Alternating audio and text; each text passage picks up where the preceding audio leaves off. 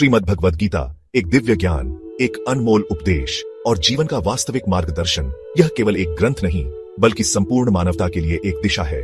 आज हम गीता के पहले अध्याय अर्जुन विषाद योग को समझेंगे। इस अध्याय में महाभारत के युद्ध के प्रारंभिक क्षणों का वर्णन है, जहां अर्जुन अपने कर्तव्य और धर्म के द्वंद्व में फंस जाते हैं। शत्रु पक्ष में अपने बंधु बांधवों को देख अर्जुन मोह और शोक से ग्रसित हो जाते हैं और उनके मन में गहन प्रश्न उठते हैं। इस वीडियो में हम 1 से 47 श्लोकों को विस्तार से समझेंगे। हर श्लोक में छिपे गूढ़ रहस्य, अर्जुन की मनःस्थिति और भगवान श्री कृष्ण की दिव्य दृष्टि को जानेंगे। सभी 47 श्लोकों का अर्थ और भावार्थ, युद्ध के पहले अर्जुन का मनोवैज्ञानिक संघर्ष, कर्म और धर्म की गहरी समझ, अर्जुन का मोह और श्री कृष्ण की शरणागति की ओर पहला कदम। तो आइए इस पावन ग्रंथ के पहले अध्याय की इस आध्यात्मिक यात्रा पर हमारे साथ चलें। ज्ञान, भक्ति और धर्म की इस खोज में आप भी सहभागी बने। हरि ओम तत्सत। अगर आप गीता के दिव्य ज्ञान को जीवन में अपनाना चाहते हैं तो इस वीडियो को अंत तक देखें, लाइक करें और हमारे चैनल को सब्सक्राइब करें।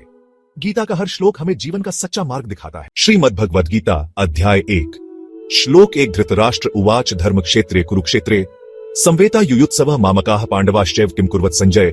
इस श्लोक में धृतराष्ट्र, जो कि जन्म से अंधे थे, अपने मंत्री संजय से युद्ध भूमि कुरुक्षेत्र की स्थिति के बारे में पूछते हैं। धर्म क्षेत्रे कुरुक्षेत्रे, कुरुक्षेत्र को धर्म भूमि कहा गया है, जहां कई यज्ञ और तप हुए थे। संवेता युयुत्सव, युद्ध के इच्छुक दोनों पक्ष वहां एकत्र हो चुके थे।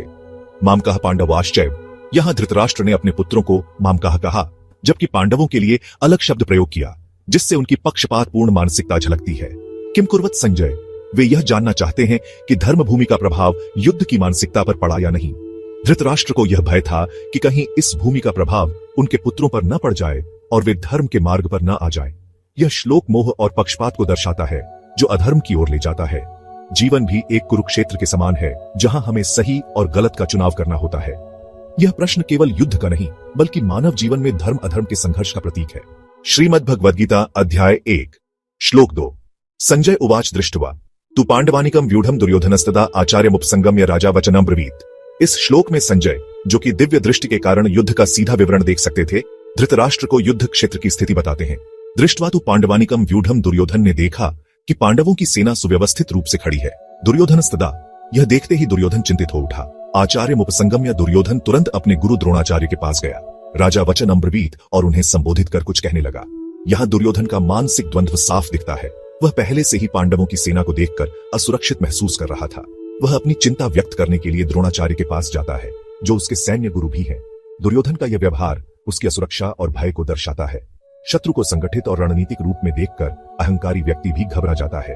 यह श्लोक हमें यह सिखाता है कि केवल शक्ति ही पर्याप्त नहीं, बल्कि सुव्यवस्थित योजना और रणनीति भी आवश्यक होती है। श्रीमद् भगवद गीता अध्याय 1 श्लोक 3 पश्येता पांडुपुत्राणामाचार्य महती चमूम व्यूढ़ा द्रुपद पुत्रेण तव शिष्येण धीमता। इस श्लोक में दुर्योधन अपने गुरु द्रोणाचार्य को पांडवों की विशाल सेना की ओर देखने के लिए कहता है। पश्य एता, देखिए इस महान सेना को। दुर्योधन अपने गुरु का ध्यान पांडवों की संगठित सेना की ओर आकर्षित कर रहा है। पांडुपुत्राणाम महती चमूम, यह सेना पांडवों की है और बहुत ही विशाल और प्रभावशाली दिख रही है। व्यूढ़ान द्रुपद पुत्रेण, इस सेना को पांडवों के सेनापति धृष्टद्युम्न, जो कि द्रुपद के पुत्र हैं, ने रणनीतिक ढंग से व्यवस्थित किया है। तव शिष्येण धीमता, यह एक विशेष रूप से ध्यान देने योग्य बात है कि धृष्टद्युम्न द्रोणाचार्य का ही शिष्य था, लेकिन अब वह अपने ही गुरु के खिलाफ युद्ध में खड़ा है। यहां दुर्योधन की चिंता साफ झलकती है। वह यह इंगित करता है कि गुरु द्रोण के अपने ही शिष्य ने इस युद्ध में पांडवों की सेना को कुशलतापूर्वक संगठित किया है। यह कूटनीतिक और मनोवैज्ञानिक दबाव बनाने का प्रयास भी हो सकता है, जिससे द्रोणाचार्य के मन में पांडवों के प्रति कोई दुर्भावना उत्पन्न हो। युद्ध केवल बाहरी रणनीति से नहीं बल्कि मानसिक दृढ़ता से भी लड़ा जाता है। जो हमारे शिक्षक होते हैं, उनके ज्ञान का उपयोग सही दिशा में करना ही बुद्धिमानी है। यह श्लोक हमें यह सिखाता है कि केवल गुरु से शिक्षा प्राप्त करना ही पर्याप्त नहीं, बल्कि उसे सही मार्ग पर उपयोग करना भी उतना ही महत्वपूर्ण है। श्रीमद् भगवद गीता अध्याय 1 श्लोक 4 अत्र शूरा महेश्वासा भीमार्जुन समायुद्धि युयुधानो विराटश द्रुपदश महारथा। इस श्लोक में दुर्योधन पांडवों की सेना में उपस्थित वीरों का वर्णन कर रहा है। वह अपने गुरु द्रोणाचार्य को बताता है कि पांडवों की सेना में कई महान धनुर्धर, महेश्वास और युद्ध में सक्षम योद्धा उपस्थित हैं। अत्र शूरा, यहाँ पांडवों की सेना में बहुत से पराक्रमी योद्धा हैं। महेश्वासा ये सभी महान धनुर्धर हैं जो धनुष और बाण चलाने में अत्यंत निपुण हैं। भीमार्जुन समायुद्ध, यह योद्धा युद्ध में भीम और अर्जुन के समान शक्तिशाली हैं। दुर्योधन जानता था कि भीम और अर्जुन सबसे बड़े युद्ध नायक हैं, इसलिए वह अपने गुरु को यह दिखाने का प्रयास कर रहा है कि पांडवों की सेना भी कमजोर नहीं है। युयुधानः विराटश्च द्रुपदश्च महारथः। युयुधान सात्यकी श्री कृष्ण के प्रिय मित्र और योद्धा। विराट मत्स्य देश के राजा जिन्होंने पांडवों को अज्ञातवास में शरण दी थी। द्रुपद पांचाल देश के राजा और धृष्टद्युम्न एवं द्रौपदी के पिता। दुर्योधन यह समझाने की कोशिश कर रहा है कि पांडवों की सेना केवल संख्या में ही नहीं बल्कि युद्ध कौशल में भी अत्यंत बलशाली है। श्रीमद् भगवद गीता अध्याय 1 श्लोक 5। धृष्टकेतुश्चेकितानः काशीराजश्च वीर्यवान पुरुजित कुंती भोजश्च शैब्यश्च नरपुंगवः। इस श्लोक में दुर्योधन पांडवों की सेना के अन्य महायोद्धाओं का वर्णन कर रहा है। वह अपने गुरु द्रोणाचार्य को यह बताने का प्रयास कर रहा है कि पांडवों की ओर से कई पराक्रमी राजा और वीर योद्धा युद्ध के लिए तैयार हैं। धृष्टकेतु चेदी देश के राजा शिशुपाल के पुत्र थे। वे एक शक्तिशाली योद्धा और पांडवों के प्रति निष्ठावान थे। चेकिताना, यह वृष्णि वंश के महान योद्धा थे जो श्री कृष्ण की सेना से आए थे और पांडवों के पक्ष में युद्ध कर रहे थे। काशी राजा, काशी के राजा जो अत्यंत वीर और पराक्रमी योद्धा थे। पुरुजित और कुंती भोज, ये दोनों मातृकुल से पांडवों के संबंधी थे। कुंती भोज पांडवों की माता कुंती के पालक पिता थे। ये भी युद्ध में कुशल थे। शैब्य, यह एक वृद्ध परंतु अत्यंत पराक्रमी राजा थे जो धर्म के मार्ग पर चलने वाले थे और पांडवों के प्रति निष्ठावान थे। दुर्योधन द्वारा यह सभी योद्धाओं का उल्लेख करने का मुख्य उद्देश्य गुरु द्रोण को यह दिखाना था कि पांडवों की सेना में केवल अर्जुन और भीम ही नहीं बल्कि अनेक अन्य महान योद्धा भी मौजूद हैं। इस श्लोक से हमें यह सीख मिलती है कि धर्म और न्याय की रक्षा के लिए हर समय योद्धा तैयार रहते हैं। सफलता के लिए केवल बाहरी शक्ति नहीं बल्कि सच्चे और समर्पित सहयोगियों की भी आवश्यकता होती है। पांडवों की सेना न केवल संख्या में बल्कि योग्यता में भी अत्यंत बलशाली थी। श्रीमद् भगवद गीता अध्याय 1 श्लोक 6। युद्धामन्युश्च विक्रांत उत्तमोजाश्च वीर्यवान सौभद्रो द्रौपदेयाश्च सर्व एव महारथा। इस श्लोक में दुर्योधन पांडवों की सेना में मौजूद अन्य शक्तिशाली योद्धाओं का वर्णन कर रहा है।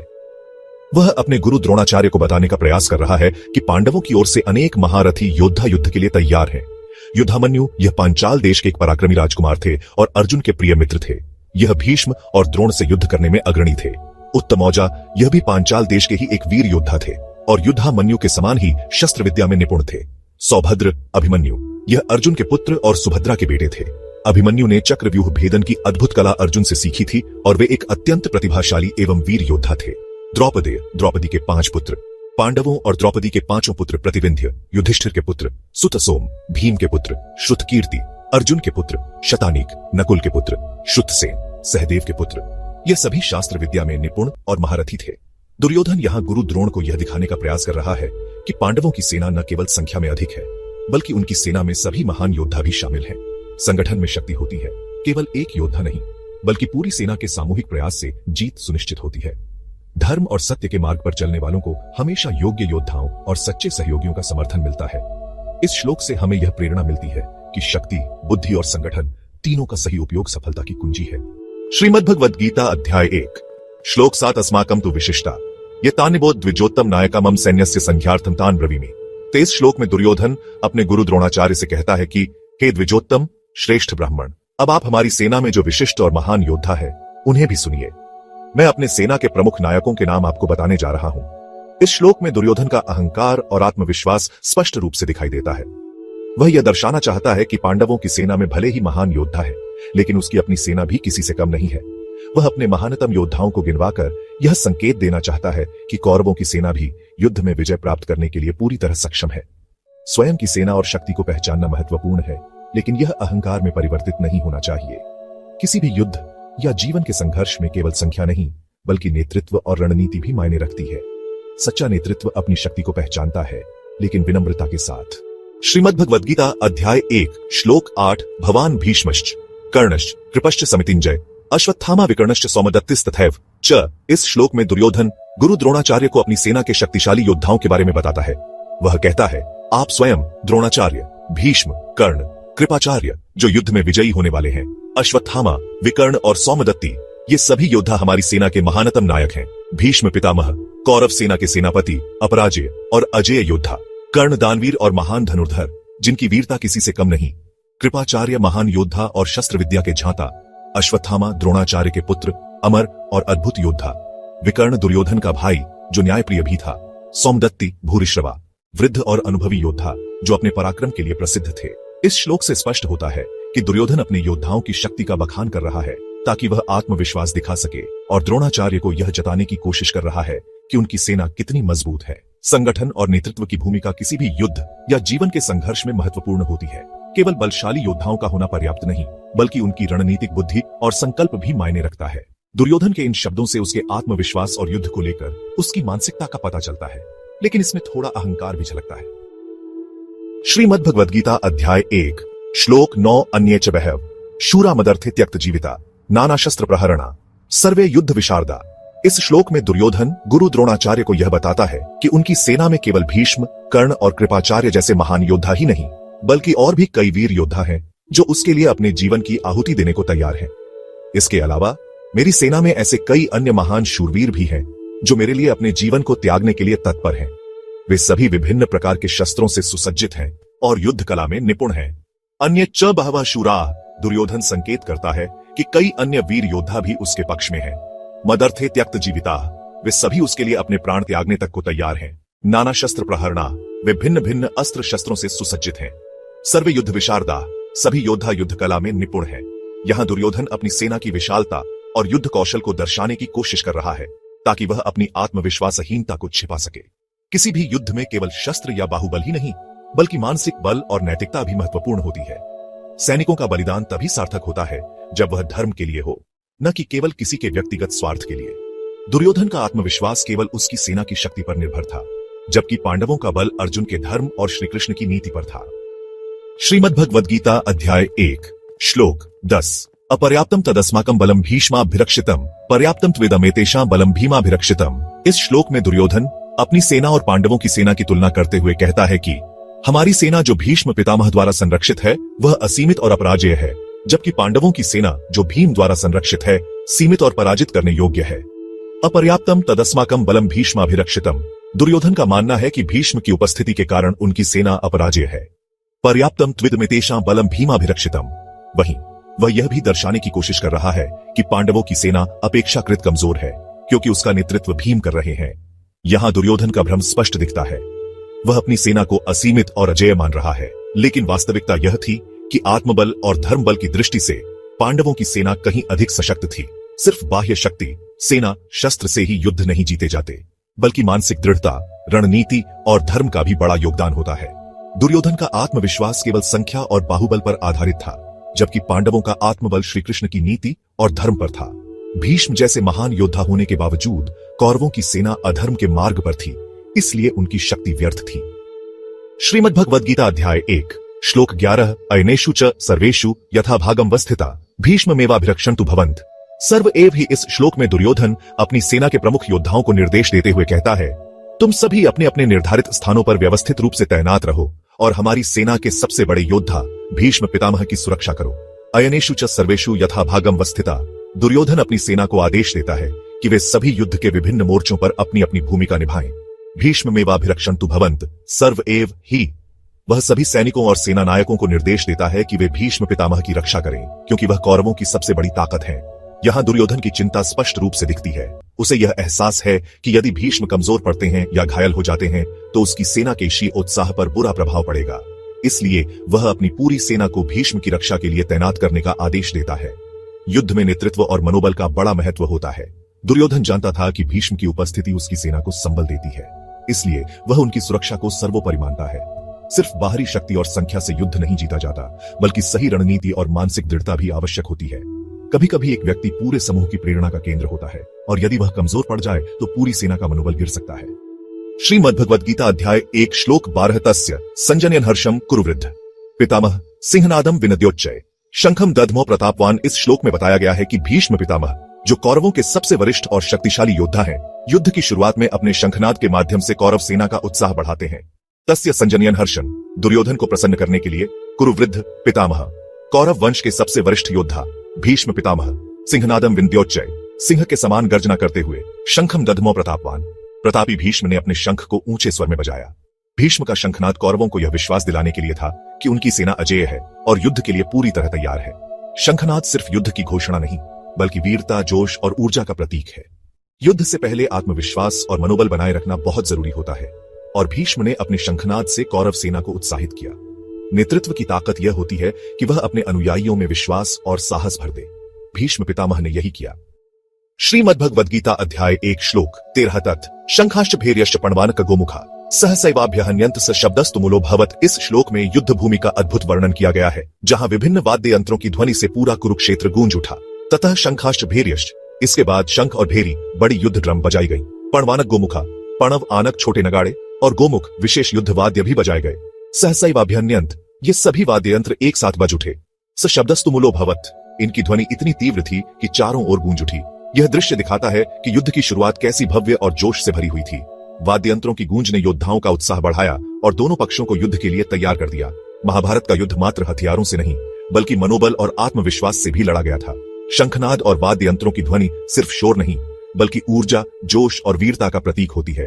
युद्ध में जाने से पहले मानसिक और भावनात्मक रूप से तैयार होना बहुत जरूरी होता है। श्रीमद्भगवद गीता अध्याय 1 श्लोक 14 तत् श्वेतैर्हयैर्युक्ते महति स्यन्दने स्थितो माधव पांडवश्चैव दिव्यो शंखो प्रदद्मतु। इस श्लोक में भगवान श्री कृष्ण और अर्जुन के दिव्य शंखनाद का उल्लेख किया गया है, जो युद्ध की गंभीरता को और अधिक बढ़ा देता है। ततः श्वेतैर्हयैर्युक्ते, इसके बाद श्वेत घोड़ों से युक्त रथ पर बैठे हुए, महति स्यन्दने स्थितो, एक विशाल और दिव्य रथ में स्थित, माधव पांडवश्चैव, श्री कृष्ण, माधव और अर्जुन पार्थ, दिव्यो शंखो प्रदद्मतु, दोनों ने अपने दिव्य शंख बजाए। यह शंखनाद युद्ध के औपचारिक आरंभ की घोषणा थी, और इसके माध्यम से भगवान श्री कृष्ण और अर्जुन ने अपनी उपस्थिति और आत्मविश्वास को दर्शाया। भगवान श्री कृष्ण अर्जुन के सारथी के रूप में उनका मार्गदर्शन कर रहे थे, जो यह दर्शाता है कि सही नेतृत्व कितना महत्वपूर्ण होता है। श्वेत घोड़े शुद्धता और दिव्यता के प्रतीक हैं, जो यह दर्शाते हैं कि धर्म की रक्षा के लिए यह युद्ध लड़ा जा रहा था। शंखनाद केवल एक ध्वनि नहीं थी, बल्कि आत्मबल, विजय और युद्ध की घोषणा का प्रतीक था। श्रीमद्भगवद गीता अध्याय 1 श्लोक 15 पांचजन्यम ऋषिकेशो देवदत्तम धनंजय पौंड्रम दधमो महाशंखम भीमकर्मा वृकोदर। इस श्लोक में पांडवों द्वारा युद्ध के प्रारंभ में बजाए गए शंखों का वर्णन किया गया है। पांचजन्यम ऋषिकेशो, भगवान श्री कृष्ण, जो ऋषिकेश इंद्रियों के स्वामी कहलाते हैं, ने पांचजन्य नामक शंख बजाया। देवदत्तम धनंजय, अर्जुन, जिन्हें धनंजय धन्य और विजयी कहा जाता है, ने देवदत्त नामक शंख बजाया। पौंड्रम दधमो महाशंखम भीमकर्मा वृकोदर, महाबली भीम, जो अपने पराक्रम के लिए प्रसिद्ध हैं, ने पौंड्र नामक विशाल शंख बजाया। इन शंखों की ध्वनि ने महाभारत युद्ध के प्रारंभ की घोषणा कर दी और पांडवों के आत्मविश्वास को प्रदर्शित किया। हर योद्धा का अपना प्रतीक होता है और इन शंखों का विशेष महत्व था। शंखनाद केवल युद्ध का संकेत नहीं, बल्कि आत्मबल और विजय की भावना को जागृत करने वाला था। श्री कृष्ण का पांचजन्य शंख पूरे धर्म युद्ध के मार्गदर्शन का प्रतीक था। श्रीमद् भगवद गीता अध्याय 1 श्लोक 16 अनंत विजय राजा कुंती पुत्रो युधिष्ठिर नकुल सहदेवश सुघोषमणि पुष्पको। इस श्लोक में पांडवों के अन्य 3 भाइयों युधिष्ठिर, नकुल और सहदेव द्वारा बजाए गए शंखों का उल्लेख किया गया है। अनंत विजय राजा कुंती पुत्रो युधिष्ठिर, धर्मराज युधिष्ठिर, जो अपनी सत्यनिष्ठा और धर्मपरायणता के लिए प्रसिद्ध थे, ने अनंत विजय नामक शंख बजाया। नकुल सहदेवश्च सुघोष मणिपुष्पको, नकुल ने सुघोष और सहदेव ने मणिपुष्पक नामक शंख बजाया। इन शंखों की ध्वनि ने पांडवों के साहस, उत्साह और अडिग निश्चय को दर्शाया। हर योद्धा की पहचान उसकी तैयारी और आत्मविश्वास से होती है। शंखध्वनि न केवल युद्ध की घोषणा थी, बल्कि आत्मबल और विजय की अभिव्यक्ति भी थी। युधिष्ठिर का अनंत विजय यह दर्शाता है कि धर्म की सदा विजय होती है। श्रीमद्भगवद गीता अध्याय 1 श्लोक 17 काश्यश्च परमेश्वास शिखंडी च महारथ धृष्टद्युम्नो विराटश सात्यकिश्चा पराजित। इस श्लोक में उन महान योद्धाओं का वर्णन किया गया है जो पांडवों की सेना में थे और जो युद्ध में महत्वपूर्ण भूमिका निभाने वाले थे। काश्यश्च परमेश्वास, काशी का राजा जो अत्यंत कुशल धनुर्धर था। शिखंडी च महारथ, शिखंडी जो एक महान योद्धा, महारथी था और भीष्म के वध में मुख्य भूमिका निभाने वाला था। धृष्टद्युम्नो विराटश्च सात्यकिश्चा पराजित, धृष्टद्युम्न जो द्रोणाचार्य का संहार करेगा, विराट मत्स्य देश का राजा और सात्यकी जो श्री कृष्ण के प्रिय और अपराजय योद्धा थे, ये सभी पांडवों के समर्थक और अत्यंत पराक्रमी थे। ये सभी वीर योद्धा पांडवों की सेना को मजबूती प्रदान कर रहे थे और उनके विजय संकल्प को बल दे रहे थे। साहस, निष्ठा और युद्ध कला एक योद्धा की सबसे बड़ी पहचान होती है। धर्म युद्ध में विजयी होने के लिए केवल बाहुबल ही नहीं, बल्कि आत्मबल भी आवश्यक है। यह श्लोक हमें सिखाता है कि सच्चाई और कर्तव्य परायणता से किया गया प्रयास निश्चित रूप से सफलता की ओर ले जाता है। श्रीमद्भगवद गीता अध्याय 1 श्लोक 18 द्रुपदो द्रौपदेयाश्च सर्वश पृथ्वीपते सौभद्रश्च महाबाहु शंखांदध्मु। पृथक पृथक इस श्लोक में उन योद्धाओं का वर्णन किया गया है जिन्होंने महाभारत के युद्ध में पांडवों की ओर से भाग लिया और अपनी वीरता का प्रदर्शन किया। द्रुपद जो पांचाल देश का राजा और द्रौपदी का पिता था। द्रौपदेयाश्च, द्रौपदी के 5 पुत्र जो अपनी माता के सम्मान और धर्म की रक्षा के लिए युद्ध कर रहे थे। सौभद्रश्च महाबाहु, महाबाहु अभिमन्यु जो अर्जुन और सुभद्रा का पुत्र था, अद्वितीय योद्धा और चक्रव्यूह भेदन का विशेषज्ञ। शंखांदद्मु, पृथक पृथक। इन सभी वीरों ने अपने अपने शंख बजाए, जिससे युद्ध भूमि में उत्साह और जोश भर गया। इस श्लोक से स्पष्ट होता है कि धर्म युद्ध में शामिल योद्धा केवल व्यक्तिगत स्वार्थ के लिए नहीं, बल्कि धर्म और न्याय की रक्षा के लिए संघर्ष कर रहे थे। सच्चे धर्म युद्ध में संपूर्ण परिवार और समाज का योगदान होता है। धर्म और न्याय की रक्षा के लिए जीवन समर्पित करना ही सच्ची वीरता है। संघर्ष के समय आत्मबल और संकल्प शक्ति आवश्यक होती है। श्रीमद् भगवद गीता अध्याय 1 श्लोक 19 घोषो धार्तराष्ट्राणा हृदयानि व्यधरेयत नभश्च पृथिवीं चैव तुमुलोऽभ्यनुनादयन्। इस श्लोक में युद्ध प्रारंभ होने से पहले की स्थिति का वर्णन किया गया है। पांडवों की सेना के योद्धाओं द्वारा बजाए गए शंखों की ध्वनि इतनी प्रचंड थी कि उसने कौरवों, धृतराष्ट्र के पुत्रों के मन में भय उत्पन्न कर दिया। सघोष, यह ध्वनि शंखनाद की थी जो पांडवों और उनकी सेना ने युद्ध की शुरुआत में की थी। धार्तराष्ट्राणा हृदयानि व्यधार्यत, इस ध्वनि ने कौरवों के हृदयों में भय भर दिया। नभश्च पृथ्वीं चैव तुमुलोऽभ्यनुनादयन्, यह घोष इतना तीव्र था कि उसने आकाश और पृथ्वी को गुंजायमान कर दिया। इस श्लोक से यह स्पष्ट होता है कि सच्चाई के पक्ष में खड़े योद्धाओं का आत्मबल और साहस ही शत्रु को मानसिक रूप से पराजित कर सकता है। युद्ध केवल बाहुबल से नहीं, आत्मबल से भी जीता जाता है। धर्म और न्याय की रक्षा के लिए साहस और आत्मविश्वास आवश्यक है। जब सच्चाई के लिए संघर्ष किया जाता है तो उसका प्रभाव संपूर्ण सृष्टि पर पड़ता है। श्रीमद् भगवद गीता अध्याय 1 श्लोक 20 अथ व्यवस्थितान् दृष्ट्वा धार्तराष्ट्रान् कपिध्वज प्रवृत्ते शस्त्र संपाते धनुरुद्यम्य पांडव। इस श्लोक में अर्जुन के युद्ध के लिए तैयार होने का वर्णन किया गया है। जब कौरवों की सेना पूरी तरह से युद्ध के लिए तैयार हो गई और युद्ध प्रारंभ होने ही वाला था, तब अर्जुन ने अपना धनुष उठा लिया। अथ व्यवस्थितान् दृष्ट्वा, जब अर्जुन ने कौरवों की सेना को युद्ध के लिए व्यवस्थित और तैयार देखा, धार्तराष्ट्रान्, धृतराष्ट्र के पुत्र अर्थात कौरवों को, कपिध्वज, अर्जुन का एक विशेषण, क्योंकि उनके रथ पर हनुमान जी कपि का ध्वज लहरा रहा था। प्रवृत्ते शस्त्र संपाते, जब युद्ध शुरू होने की स्थिति आ गई और दोनों सेनाएं एक दूसरे पर शस्त्र चलाने ही वाली थीं, धनुरुद्यम्य पांडव, तब पांडव पुत्र अर्जुन ने अपना धनुष उठा लिया, युद्ध के लिए तैयार होते हुए। इस श्लोक में अर्जुन की वीरता और युद्ध की गंभीरता को दर्शाया गया है। युद्ध के लिए मानसिक और शारीरिक तैयारी दोनों आवश्यक होती है। धर्म युद्ध में अर्जुन पूरी तरह से तैयार थे, लेकिन आगे उनके मन में कुछ प्रश्न उत्पन्न होंगे। यह श्लोक हमें यह भी सिखाता है कि किसी भी कार्य को करने से पहले हमें परिस्थितियों को भली भांति समझ लेना चाहिए। श्रीमद् भगवद गीता अध्याय 1 श्लोक 21 ऋषिकेशम तथा वाक्यमिदमाह महीपते अर्जुन उवाच सेनयोरुभयोर्मध्ये रथम स्थापयमेच्युत। इस श्लोक में अर्जुन भगवान श्री कृष्ण से अनुरोध कर रहे हैं कि वे उनके रथ को दोनों सेनाओं के बीच ले जाएं। ऋषिकेशम तथा वाक्यमिदमाह महीपते, अर्जुन ने उस समय भगवान श्री कृष्ण ऋषिकेश से यह वचन कहा। अर्जुन उवाच, अर्जुन बोले, सेनयोरुभयोर्मध्ये, दोनों सेनाओं के बीच, रथम स्थापयमेच्युत, अर्जुन ने भगवान श्री कृष्ण अच्युत से कहा कि वे उनका रथ दोनों सेनाओं के बीच खड़ा करें।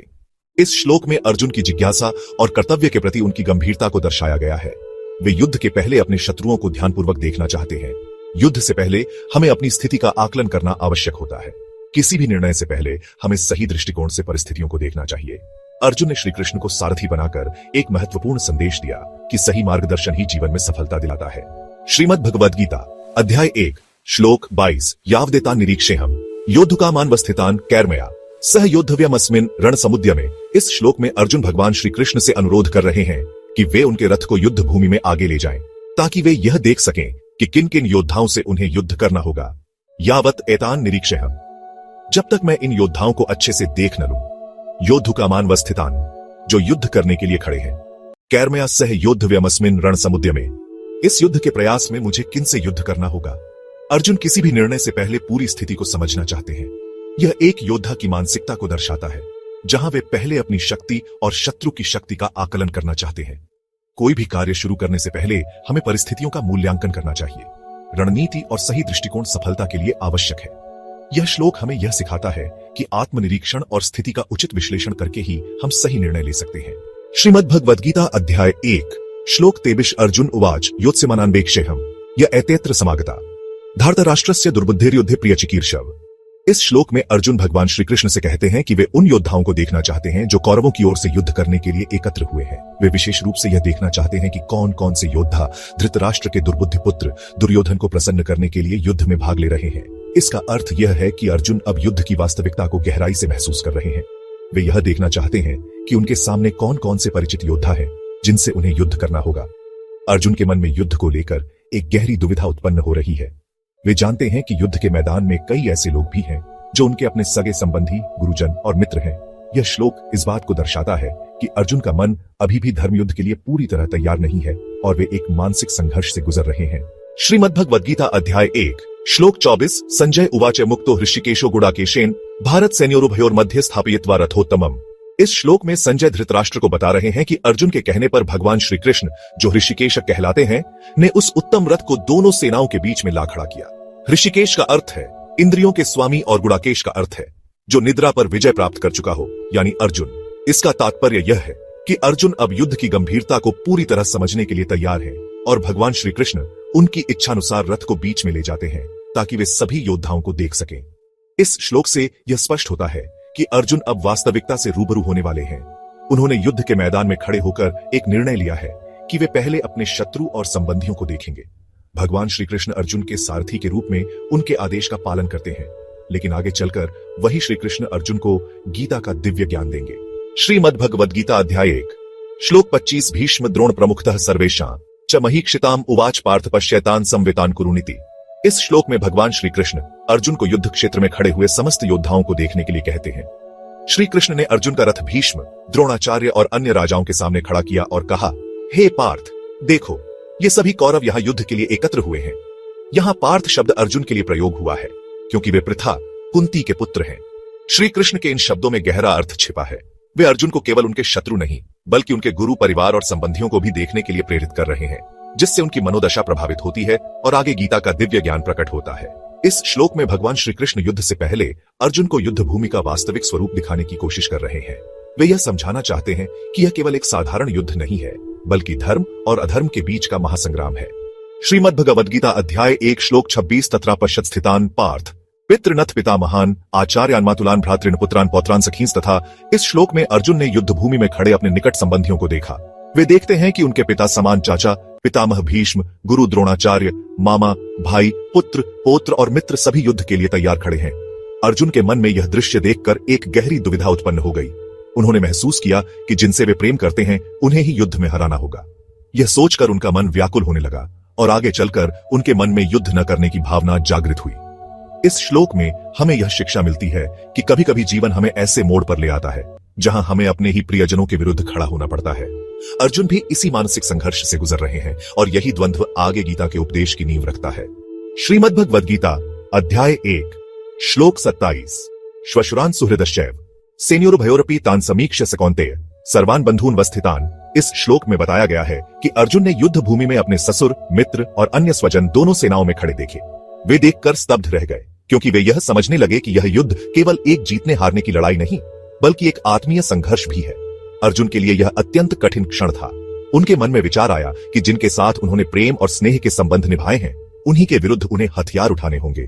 यह दृश्य देखकर उनका हृदय द्रवित हो उठा और उनके भीतर युद्ध के प्रति अनिच्छा उत्पन्न होने लगी। इस श्लोक से हमें यह समझ में आता है कि जब हम किसी कठिन परिस्थिति में होते हैं तब हमें अपनी भावनाओं और कर्तव्य के बीच संतुलन बनाना आवश्यक होता है। अर्जुन भी इसी मानसिक द्वंद्व का सामना कर रहे थे जो आगे गीता के उपदेश का कारण बना। श्रीमद् भगवद गीता अध्याय 1 श्लोक 28 कृपया पर्याविष्टो विषिदन्निदं ब्रवीत अर्जुन उवाच दृष्ट्वेमं स्वजनम कृष्ण युयुत्सु समुपस्थितम। इस श्लोक में अर्जुन कहते हैं, हे कृष्ण, जब मैं अपने स्वजनों को युद्ध के लिए तैयार देखता हूं तो मेरा हृदय करुणा से भर जाता है और मैं अत्यंत दुखी हो जाता हूं।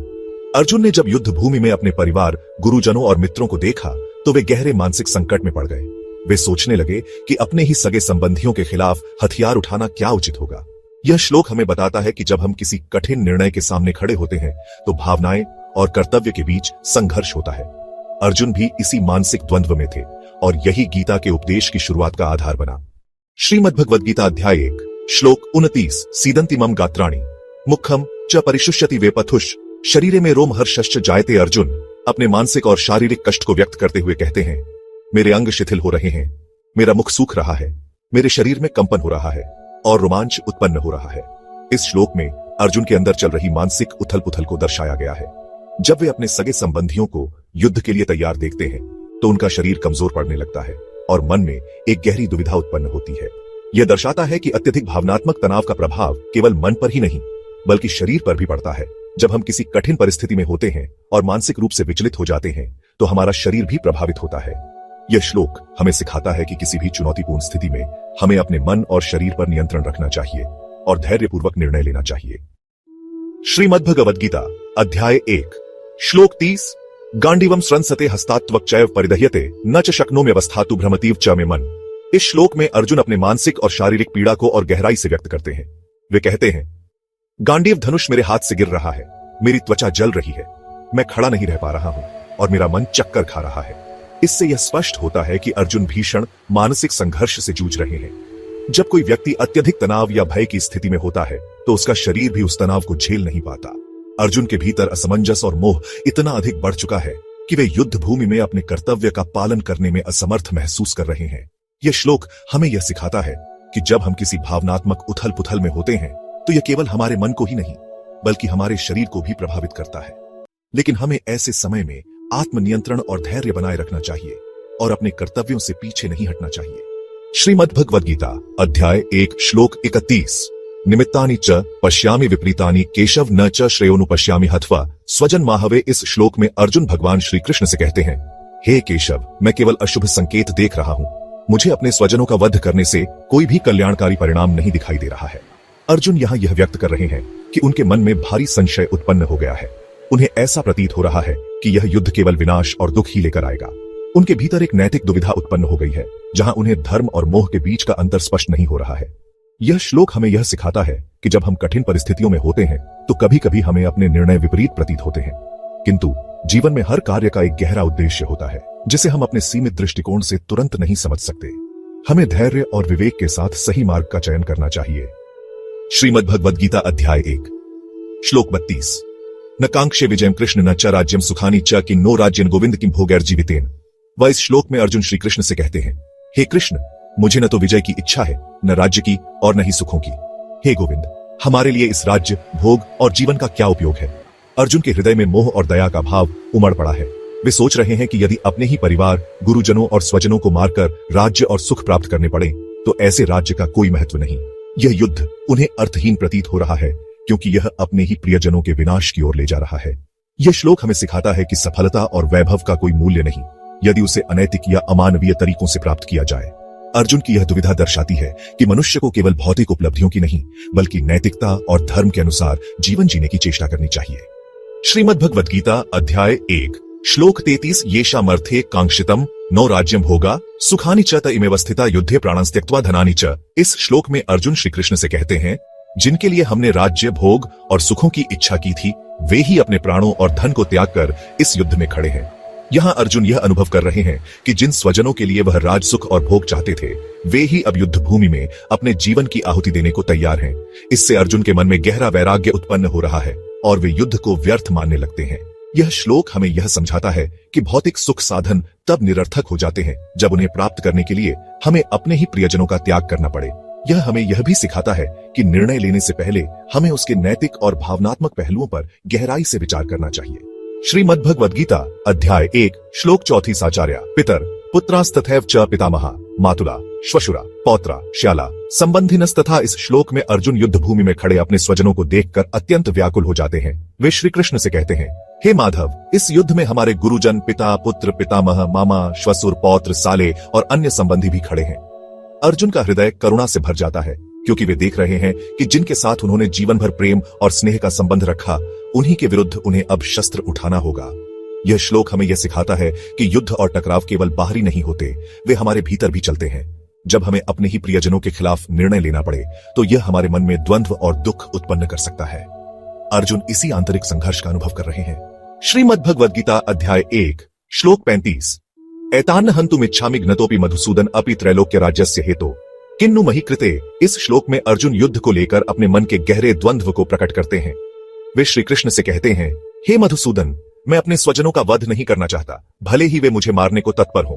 यदि मुझे इसके बदले तीनों लोकों का राज्य भी मिले तब भी मैं इन्हें नहीं मार सकता। फिर केवल इस पृथ्वी के लिए क्यों लड़ूं? अर्जुन को इस बात का एहसास हो रहा है कि सत्ता, वैभव और समृद्धि से बढ़कर रिश्तों की अहमियत होती है। वह यह सोचकर दुखी हैं कि युद्ध के बाद यदि अपने ही नहीं रहेंगे तो यह जीत किस काम की। यह श्लोक हमें यह सिखाता है कि केवल भौतिक उपलब्धियां ही जीवन का उद्देश्य नहीं होनी चाहिए, परिवार, नैतिकता और करुणा भी उतने ही महत्वपूर्ण हैं। अर्जुन की यह दुविधा हमें यह समझने में मदद करती है कि सही और गलत के बीच निर्णय लेना हमेशा आसान नहीं होता। श्रीमद् भगवद गीता अध्याय 1 श्लोक 36 निहत्य धार्तराष्ट्रान्न का प्रीति स्या जनार्दन पाप मेवाश्रयदस्मान हत्वैता नाथतायण। इस श्लोक में अर्जुन अपने मन की पीड़ा को श्री कृष्ण के सामने व्यक्त करते हुए कहते हैं, हे जनार्दन, यदि हम धृतराष्ट्र के पुत्रों कौरवों को मार भी दें तो हमें इसमें कैसी प्रसन्नता मिलेगी। उनके वध से हमें केवल पाप ही लगेगा, क्योंकि वे हमारे ही स्वजन हैं, भले ही वे आतताई अत्याचारी क्यों न हो। अर्जुन यहाँ धर्म संकट में पड़ गए हैं। वे देख रहे हैं कि कौरव अन्याय और अधर्म के मार्ग पर हैं, फिर भी वे सोच रहे हैं कि अपने ही परिवार को मारना क्या सही होगा। अर्जुन यह मानते हैं कि युद्ध में विजय से अधिक महत्वपूर्ण यह है कि यह जीत किन परिस्थितियों में और किसके विरुद्ध प्राप्त हो रही है। यह श्लोक हमें यह सिखाता है कि जीवन में केवल विजय या सफलता ही सब कुछ नहीं होती, बल्कि उसे प्राप्त करने का तरीका और उसके परिणाम भी मायने रखते हैं। कभी कभी हमें यह विचार करना चाहिए कि हमारी सफलता कहीं किसी के दुख का कारण तो नहीं बन रही। श्रीमद् भगवद गीता अध्याय 1 श्लोक 37 तस्मान नारहा वयं हंतूं धार्तराष्ट्रान् स्वबांधवान् स्वजनम हि कथम हत्वा सुखिन। श्याम माधव अर्जुन श्री कृष्ण से कहते हैं, हे माधव, इसलिए हमें अपने ही बंधुओं धृतराष्ट्र के पुत्रों का वध करने का कोई अधिकार नहीं है। जब हम अपने ही स्वजनों को मार देंगे तो फिर हम सुखी कैसे रह सकते हैं। इस श्लोक में अर्जुन के मन में करुणा की भावना स्पष्ट रूप से दिखाई देती है। वे सोच रहे हैं कि अपनों का विनाश करके मिलने वाली विजय और राज्य का क्या लाभ, जब वह केवल दुख और पाप का कारण बने। अर्जुन यह मानते हैं कि युद्ध का उद्देश्य केवल प्रतिशोध या सत्ता प्राप्त करना नहीं होना चाहिए, बल्कि उसे धर्म के आधार पर तय किया जाना चाहिए। यह श्लोक हमें यह सिखाता है कि किसी भी कार्य को करने से पहले हमें उसके नैतिक और मानवीय पहलुओं पर विचार करना चाहिए। केवल बाहरी सफलता को ही नहीं, बल्कि उसके परिणामों को भी ध्यान में रखना आवश्यक है। श्रीमद् भगवद गीता अध्याय 1 श्लोक 38 यद्यप्येते न पश्यन्ति लोभोपहच्चेतस कुलक्षयकृतं दोषम मित्रद्रोहे च पातकम। अर्जुन श्री कृष्ण से कहते हैं, यद्यपि लोभ से अंधे हुए इन कौरवों को कुल के नाश से उत्पन्न दोष और मित्रों के साथ विश्वासघात करने में पाप नहीं दिखता, फिर भी इस श्लोक में अर्जुन कौरवों की मानसिक अवस्था पर प्रकाश डालते हैं। वे कहते हैं कि लोभ और सत्ता की लालसा ने उनके चित्त को पूरी तरह प्रभावित कर दिया है, जिससे वे सही और गलत में अंतर नहीं कर पा रहे हैं। उन्हें यह भी एहसास नहीं कि अपने कुल परिवार को नष्ट करना और अपने ही सगे संबंधियों के विरुद्ध लड़ना कितना बड़ा पाप है। यह श्लोक हमें यह सिखाता है कि लालच और स्वार्थ इंसान की बुद्धि को भ्रष्ट कर सकते हैं, जिससे वह सही निर्णय नहीं ले पाता। हमें सदैव अपने कर्मों के परिणामों पर विचार करना चाहिए और धर्म के अनुसार कार्य करना चाहिए। श्रीमद् भगवद गीता अध्याय 1 श्लोक 39 कथन न झेमस्माभि पापादस्मान निवर्तितुम कुलक्षय कृतम दोषम प्रपश्यत भीर जनार्दन। अर्जुन श्री कृष्ण से कहते हैं, हे जनार्दन, जो लोग कुल के विनाश से उत्पन्न दोषों को स्पष्ट रूप से देख रहे हैं, उनके लिए इस पाप से बचने का उपाय क्यों न समझा जाए। इस श्लोक में अर्जुन एक महत्वपूर्ण नैतिक प्रश्न उठाते हैं। वे कहते हैं कि जब हम पहले से जानते हैं कि कुल का विनाश धर्म, समाज और संस्कृति के लिए विनाशकारी होगा, तो हम इस पाप से खुद को रोकने का प्रयास क्यों नहीं करें। यह उनके भीतर चल रहे नैतिक संघर्ष को दर्शाता है। यह श्लोक हमें यह सिखाता है कि जब हमें यह झांत हो कि कोई कार्य पापमय है और उसका परिणाम घातक हो सकता है, तो हमें उससे बचने का हर संभव प्रयास करना चाहिए। नैतिकता और धर्म का पालन करना ही सच्ची बुद्धिमत्ता है।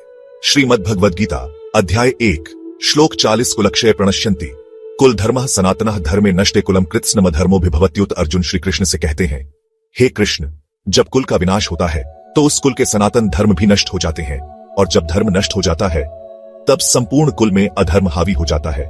इस श्लोक में अर्जुन समझा रहे हैं कि परिवार और समाज के धर्म व परंपराएं ही उनके अस्तित्व की रीढ़ होती हैं। यदि कुल का नाश हो जाता है तो वह परंपराएं भी नष्ट हो जाती हैं, जिससे अधर्म और अराजकता फैलने लगती है। यह श्लोक हमें यह सिखाता है कि धर्म और नैतिकता समाज की स्थिरता और प्रगति के लिए आवश्यक है। जब कोई समुदाय अपने नैतिक मूल्यों को खो देता है तो अधर्म, अन्याय और अशांति उस पर हावी हो जाते हैं। इसलिए कुल और समाज की रक्षा के लिए धर्म का पालन अनिवार्य है। श्रीमद् भगवद गीता अध्याय 1 श्लोक 41 अधर्माभिभवात् कृष्ण प्रदुष्यन्ति कुल स्त्रिय स्त्रीषु दुष्टासु वार्ष्णेय जायते वर्ण संकरः। अर्जुन श्री कृष्ण से कहते हैं, हे कृष्ण, जब अधर्म की प्रधानता हो जाती है तो कुल की स्त्रियां दूषित हो जाती हैं। हे वार्ष्णेय, जब स्त्रियां दूषित हो जाती हैं तो वर्ण संकर, वर्ण व्यवस्था का विघटन उत्पन्न होता है। इस श्लोक में अर्जुन समाज में स्त्रियों की पवित्रता और नैतिकता के महत्व को समझा रहे हैं। वे कहते हैं कि जब युद्ध और अधर्म के कारण कुल नष्ट होते हैं तो स्त्रियों की सुरक्षा और सम्मान भी खतरे में पड़ जाता है। इसका परिणाम यह होता है कि परिवार और समाज में अराजकता फैलती है, जिससे वर्ण संकर की स्थिति उत्पन्न होती है। यह श्लोक हमें यह सिखाता है कि समाज की शुद्धता और स्थिरता बनाए रखने के लिए धर्म का पालन आवश्यक है। स्त्रियों की मर्यादा और सम्मान की रक्षा करना पूरे समाज की जिम्मेदारी है, क्योंकि वे ही परिवार और संस्कृति की आधारशिला होती हैं।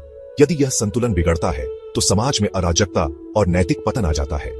श्रीमद् भगवद गीता अध्याय 1 श्लोक 42 संकरो नरकायैव कुलघ्नाना कुलस्य च पतन्ति पितरो ह्येषा लुप्त पिंडोदक क्रिया।